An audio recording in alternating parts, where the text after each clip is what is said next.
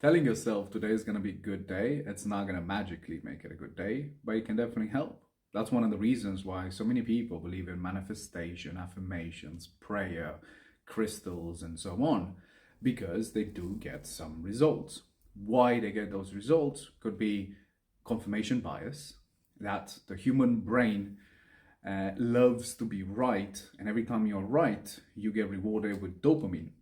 And because humans are dopamine junkies, that's why you see so many people arguing online, trying to convince other about their belief so they feel right because they get rewarded with dopamine. Just imagine if I will tell you that you get $100 every time you can point out a red car, you will pay attention and look for red cars because you want to get rewarded. So if you want to confirm to yourself that today you're going to have a good day, you will look for signs for it being a good day. But this also works against you. If you think this is going to be a bad day, you will look for reasons to confirm that it's a bad day because you still get rewarded for it despite of your day not being great.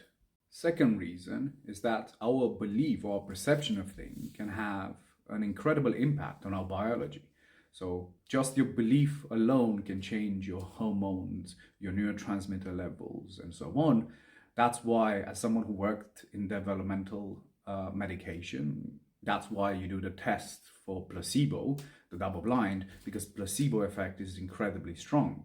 Yes, we see the changes in people's biology just based on belief, and because they have that belief, subconsciously they will also take certain actions that are more aligned with the outcome they want to get. So often you will see 50% success rate for people just taking nothing just because they believe they're taking something and they take in other actions in order to confirm it. There is also a correlation between optimism and resilience, shown by this experiment where they took a group of people. This was a pain tolerance experiment, but first they took them to a questionnaire. And after the questionnaire, they went and put their hand into icy water or something. And the order of people's results from the written test matched the order of people's results from the physical pain tolerance test. And what's fascinating, what the written test was looking for was hope. So people who presented as being more hopeful also had an increased level of physical pain tolerance. Because hope, it's our perception that there's a chance of success and we can be part of that success. And people who had hope, they were more physically resilient to pain and lasted longer. So having a more optimistic view will increase your resilience and you'll stick to things and be more consistent and push throughout discomfort, which will increase your likelihood of having a good outcome. That's why the evolved modern version of oppression is so effective and so many people are oblivious to it.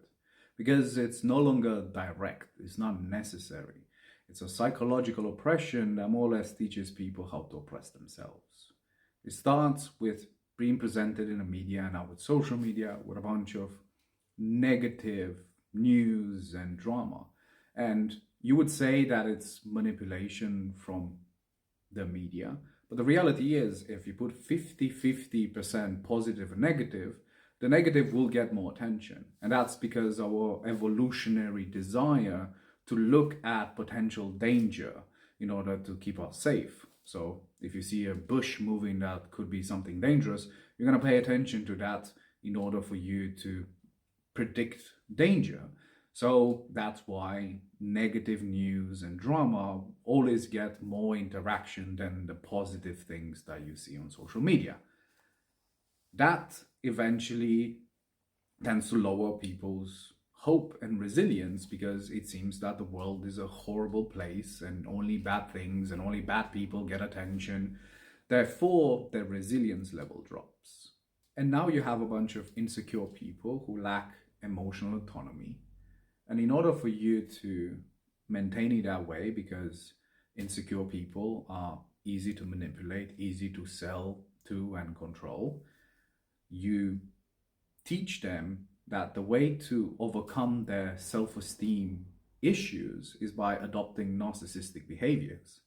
And because those narcissistic behaviors are antisocial, that creates a divide between the people that otherwise would communicate and create opportunities and help each other overcome things. Now you have created these echo chambers where people get delusional validation in, and they are weaponized against each other in order for them to stay distracted. And those ideological and political echo chambers are equivalent to a human crab bucket. I'm sure you know that if you put crabs in a bucket, you don't need to put a lid on because they pull each other down. And we see a lot of that. So if you want to have a good day or a good life, maintaining a positive attitude helps tremendously. Maintaining the balance between having a realistic view and with a degree of optimism, it's not going to be easy, especially when today's world is full of temptations of you going for the instant gratification of relieving yourself of accountability, or blaming someone else, or becoming nihilistic, which a lot of people do. And if you observe them, they use their nihilistic perspective of things just to justify inaction. So they don't have to try for things anymore. But at the same time, you don't want to go too far the other extreme towards toxic positivity, because that's just gaslighting and it's incredibly harmful as well. So it is more about an internal journey of dealing with your insecurities. When you see an emotion or something, ask yourself, but why do I feel this way? When you find the root cause, you don't stop there and just excuse yourself from any action. Now it's now what? And that is the recipe, is when you see something that you don't like, you ask, but why don't I like it? And then now what? What's the action that you do that's within your circle of influence in order for you to impact that in a positive way, and for you to see a positive momentum in your life that's gonna allow you to sustain a positive mindset that will then increase your mental and physical resilience as a result. Hopefully this helps. Protect your peace.